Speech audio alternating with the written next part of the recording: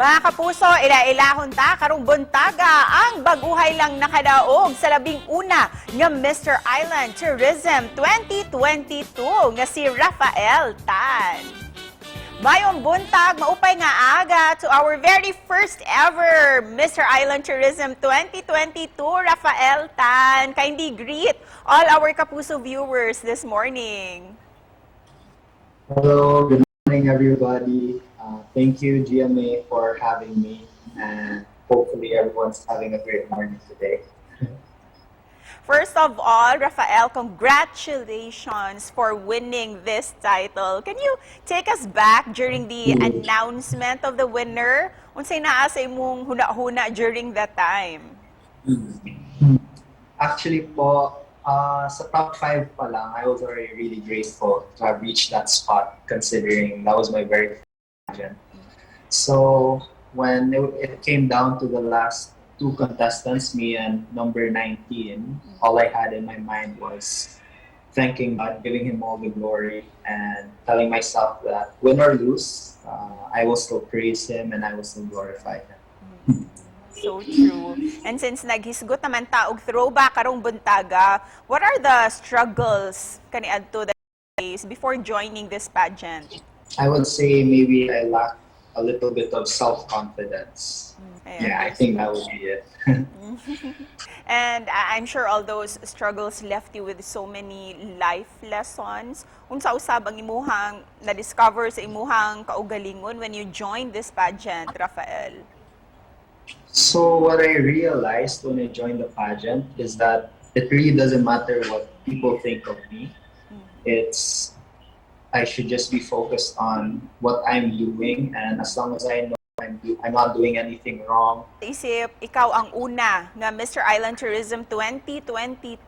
Mamahimo ba nimong ipaambit ka namo ang imuhang mga advocacy nga gusto nimong ipalanog sa tibuok kalibutan?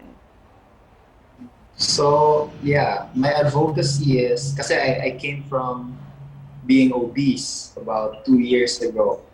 So with that, I've chosen my advocacy to be to take care of our bodies as it is the holy temple of God, from mental, emotional, and physical.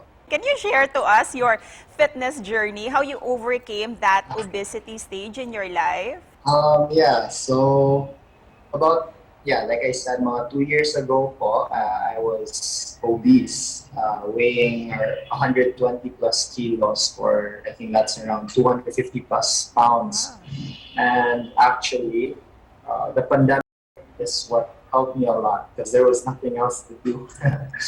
So right after the lockdown, that's when I decided to start working out.